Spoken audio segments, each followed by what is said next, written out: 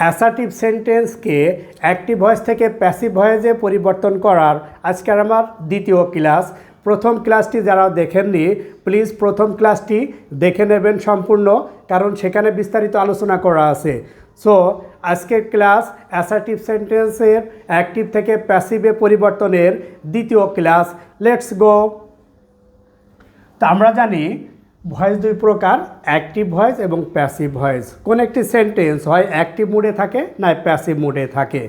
মাই dear audience, active মুডকে passive মুডে পরিবর্তন করার জন্য আমাদের কতিপয় নিয়ম জানা আবশ্যক। অ্যাসার্টিভ সেন্টেন্সের আমার আজকে পঞ্চম নিয়ম, অর্থাৎ প্রথম ক্লাসে 1 থেকে 4টি নিয়ম দেওয়া আছে এবং এখানে হচ্ছে পঞ্চম নিয়ম নিয়ে আলোচনা করব। তো সংক্ষেপে অ্যাক্টিভ থেকে প্যাসিভের যে স্ট্রাকচার, অ্যাক্টিভের সাবজেক্ট, ভার্ব, অবজেক্ট।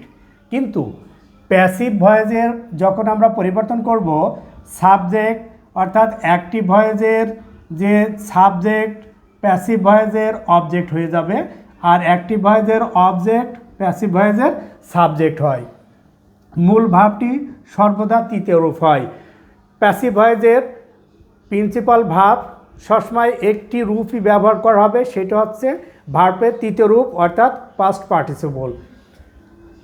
আর এই সাবজেক্টটি যখন অবজেক্ট হবে তার আগে একটি প্রিপোজিশন বসবে। প্রিপোজিশন দুইটি কারণে বসে, একটি হচ্ছে সাবজেক্টের উপর নির্ভর করে বসানো যেতে পারে, আরেকটি কিছু ভার্ব আছে যে ভার্বটি নির্ধারিত প্রিপোজিশন সহকারে বসে, যেমন নো, KNOW, নো, নোর সাথে পরে অর্থাৎ নো ভার্বের পরে আমরা বাই বা উইথ বসাতে পারি না, টু বসে। সেক্ষেত্রে প্রিপোজিশন সাবজেক্টের উপর নির্ভর করে আসতে পারে অথবা মূল ভার্বের উপর নির্ভর করে বসতে পারে।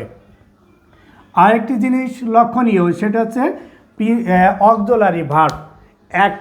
অ্যাক্টিভ ভয়েসে অক্সিলারি ভার্ব সর্বদা থাকবে তা কিন্তু নয়, কিন্তু প্যাসিভ মুডে যখন আমরা পরিবর্তন করব বা কোনো সেন্টেন্স যখন প্যাসিভ মুডে থাকে সর্বদা সাহায্যকারী ভার্ব অবশ্যই সেখানে দেওয়া থাকে, বা যদি দেওয়া না থাকে তাহলে সেটা কোনো প্যাসিভ মুড হতে পারে না।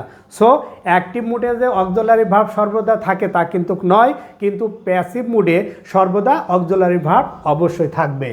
তো সেক্ষেত্রে অক্সিলারি ভার্ব, তো আমরা মনে রাখবো যে সাবজেক্ট অবজেক্ট হচ্ছে, অবজেক্ট সাবজেক্ট হচ্ছে, মূল ভার্ব তৃতীয় রূপ হচ্ছে, আর অক্সিলারি ভার্বটা আমাদের যদি না দেওয়া থাকে তাহলে অবশ্যই আমাদের এই প্যাসিভ অ্যাক্টিভ থেকে প্যাসিভে পরিবর্তন করতে হবে, সেই নিয়ম অনুযায়ী অক্সিলারি ভার্ব আনতে হবে। সো খুব সহজে আমরা আনতে পারি। তো সাবজেক্ট যখন অবজেক্ট হয় বা অবজেক্ট সাবজেক্ট হয়, সংক্ষেপে আমার এই সামারি একটু দেখতে পারি আমরা যে সাবজেক্টিভ কেস, অবজেক্টিভ কেস। যদি আই থাকে আয়ের অবজেক্ট হবে মি, আয়ের অবজেক্ট হবে মি। উই থাকলে তার অবজেক্ট হবে আস, ইউ থাকলে ইউ, হি থাকলে হিম, শি থাকলে হার, দে থাকলে দেম, ইট থাকলে ইট। কোনো মানুষের নাম থাকলে সেই নামই সাবজেক্ট হবে এবং অবজেক্ট হবে। তো আমরা সাবজেক্টিভ কেস বা অবজেক্টিভ কেস আমরা দেখে নিলাম।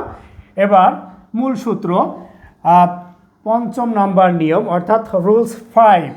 অ্যাক্টিভ ভয়েস, অ্যাক্টিভ ভয়েসের মূল ভার্ব, অ্যাক্টিভ ভয়েসের মূল ভার্ব যদি V2 থাকে, অ্যাক্টিভ ভয়েসের মূল ভার্ব যদি V2 থাকে তাহলে প্যাসিভ করার সময় অক্সিলারি ভার্ব ওয়াজ বা ওয়ার বসবে, আর তারপরে ভার্বের তৃতীয় রূপ। তো প্যাসিভ ভয়েস মানেই তো ভার্বের তৃতীয় রূপ, এটা তো আর বলার প্রয়োজন নাই। সো আমাদের শুধু মনে রাখতে হবে যে অক্সিলারি ভার্বগুলো আমাদের অ্যাক্টিভ থেকে প্যাসিভে রূপান্তর করার সময় অক্সিলারি ভার্বগুলো কী হতে পারে। সো অ্যাক্টিভ ভয়েসের যদি প্রিন্সিপাল ভার্ব V2 থাকে তাহলে প্যাসিভ করার সময় অক্সিলারি ভার্ব ওয়াজ বা ওয়ার হবে। আমরা এই উদাহরণটি লক্ষ্য করি, he did the work, he did the work, এখানে he subject, did principal verb V2 আর দি ওয়ার্ক অবজেক্ট। তো আমরা প্যাসিভ মোডে রূপান্তর করি বা পরিবর্তন করি, দেখি তো এই অবজেক্টটি কী হয়ে যাবে, সাবজেক্ট। তাহলে আমরা লিখতে পারি প্রথমেই দি ওয়ার্ক, দি ওয়ার্ক। তারপরে V2 আছে, আমাদের প্যাসিভ মোডে সাবজেক্ট অর্থাৎ অবজেক্ট সাবজেক্ট হলো। এবার আমাদের অক্সিলারি ভার্ব। তো দেখেন হি তারপরে ডিড, এই মাঝখানে কিন্তু কোনো অক্সিলারি ভার্ব নাই অর্থাৎ অনুপস্থিত। সেক্ষেত্রে আমাদের এখানে প্রিন্সিপাল ভার্বটি V2 আর V2 থাকলে প্যাসিভ ভয়েসে অক্সিলারি ভার্ব কী হয়, ওয়াজ বা ওয়ার।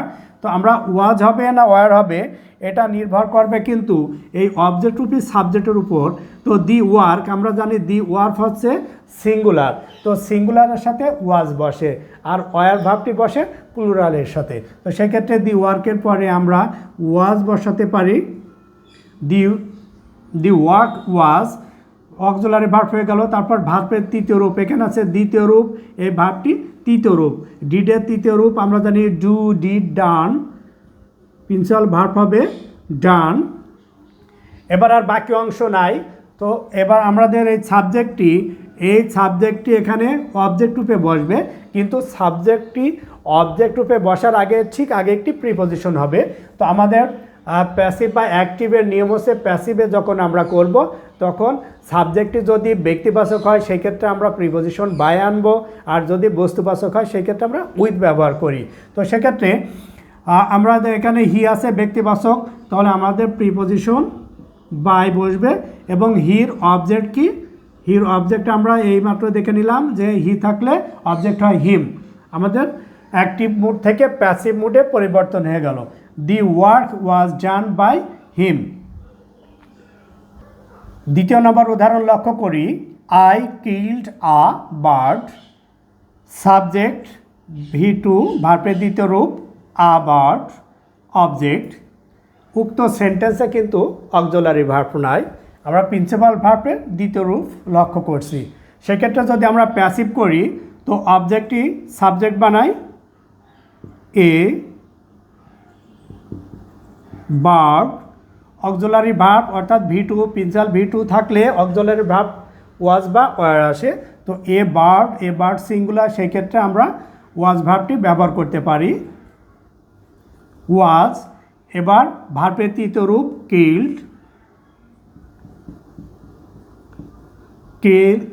কিল্ড ভার্বটির তৃতীয় রূপও কিল্ড। এবার আই আছে সাবজেক্ট আই, তাহলে আমরা ব্যক্তিবাচক সাবজেক্ট লক্ষ্য করছি, সেক্ষেত্রে বাই, আর আয়ের অবজেক্ট কি হয় মি। আর a bird was killed by me, অর্থাৎ খুব সহজেই যে ভার্বের দ্বিতীয় রূপ থাকলে সবসময় আমরা ওয়াজ বা ওয়ার ভার্বটি অক্সিলারি ভার্ব হিসেবে আমরা ব্যবহার করব, আর বাকি সব নিয়মটি ঠিক থাকবে। আমরা তৃতীয় নম্বর উদাহরণটি লক্ষ্য করি। The man third person singular number, এখানে ভার্বের দ্বিতীয় রূপ। আচ্ছা, কিভাবে বুঝলাম এটা ভার্বের দ্বিতীয় রূপ? কারণ the man third person singular number, অবশ্যই এখানে ভার্বের সাথে এস বা ইএস যুক্ত করার নিয়ম যদি প্রেজেন্ট ইনডিফিনাইট টেন্স হয়, কিন্তু এখানে এস বা ইএস যুক্ত করা নাই, সেই কারণে আমরা এটা প্রেজেন্ট ইনডিফিনাইট টেন্স আর বলতে পারি না, এটা ভার্বের দ্বিতীয় রূপ অর্থাৎ পাস্ট ইনডিফিনাইট টেন্স। সেক্ষেত্রে the man cut the trees, তো আমরা এটা যদি ভয়েস পরিবর্তন করি দি ট্রিজ, এটি অবজেক্ট, এই অবজেক্টটি প্রথমে চলে আসে দি ট্রিজ।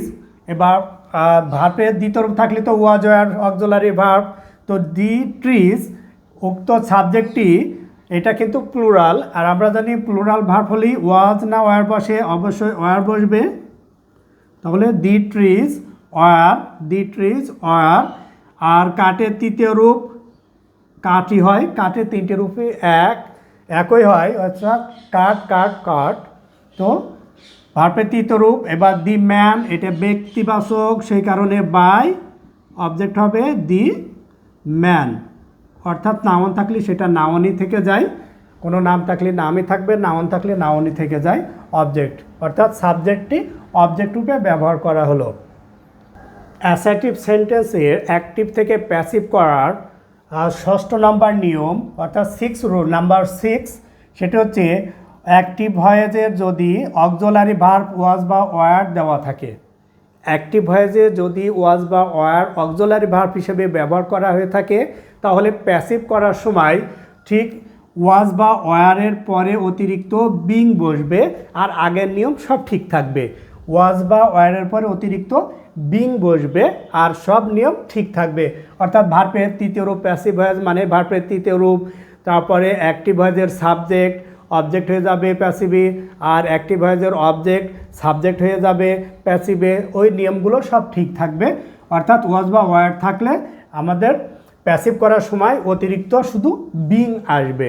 তো উদাহরণটি লক্ষ্য করি, she was eating mango, she was eating mango. তো ম্যাঙ্গো অবজেক্ট, তাহলে অবজেক্টটি প্রথমে আসবে প্যাসিভ করার সময় ম্যাঙ্গো। আমরা জানি ম্যাঙ্গো এটা যখন সাবজেক্ট হিসেবে বসবে তার উপর নির্ভর করে ওয়াজ বা ওয়ার ভার্বটি বসে। তো ম্যাঙ্গো সিঙ্গুলার, সেক্ষেত্রে ওয়াজ ভার্বটি গ্রহণ করে, আর প্লুরাল থাকলে ওয়ার হতো। তো ম্যাঙ্গো ওয়াজ। তো দেখেন এখানে ম্যাঙ্গো অক্সিলারি ভার্ব হিসেবে বসছে, সেই কারণে অতিরিক্ত বিং আসবে, বিং। এবার কি আছে এখানে মূল ভার্বের সাথে তো আইএনজি যুক্ত আছে। প্যাসিভ করার সময় সবসময় ভার্বের তৃতীয় রূপ হয়, তাহলে ইট থেকে ইটেন। আর সাবজেক্ট আছে শি, শি ব্যক্তিবাচক, সেই কারণে প্রিপোজিশন বাই, আর শির অবজেক্ট হার্ব। অ্যাক্টিভ থেকে প্যাসিভে পরিবর্তন হয়ে গেল। Mango was being eaten by her, এটা। অর্থাৎ ওয়াজ বা ওয়ার থাকলে শুধুমাত্র বিং আসবে আর আগের নিয়ম সব ঠিক থাকছে। এই উদাহরণটি লক্ষ্য করি, they were playing cricket, they were playing cricket. Cricket এটি অবজেক্ট, তাহলে প্যাসিভ করার সময় শুরুতে সাবজেক্ট রূপে বসবে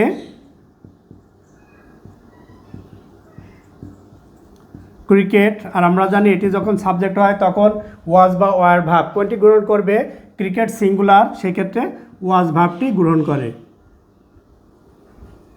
যদিও দের সাথে ওয়ার আছে, কিন্তু মনে রাখবে যে ওয়ারের ঘরে ভার্ব কয়টি? দুইটি, ওয়াজ বা ওয়ার। একই সাথে ওয়াজের ঘরে ভার্ব আছে দুইটি, ওয়াজ বা ওয়ার। সেক্ষেত্রে যে দে থাকলে এখানে ওয়ার আছে, এটা তো দের কারণে, কিন্তু অবজেক্ট যখন সাবজেক্ট হবে এই সাবজেক্টের উপর নির্ভর করে এখানে অক্সিলারি ভার্ব আসবে।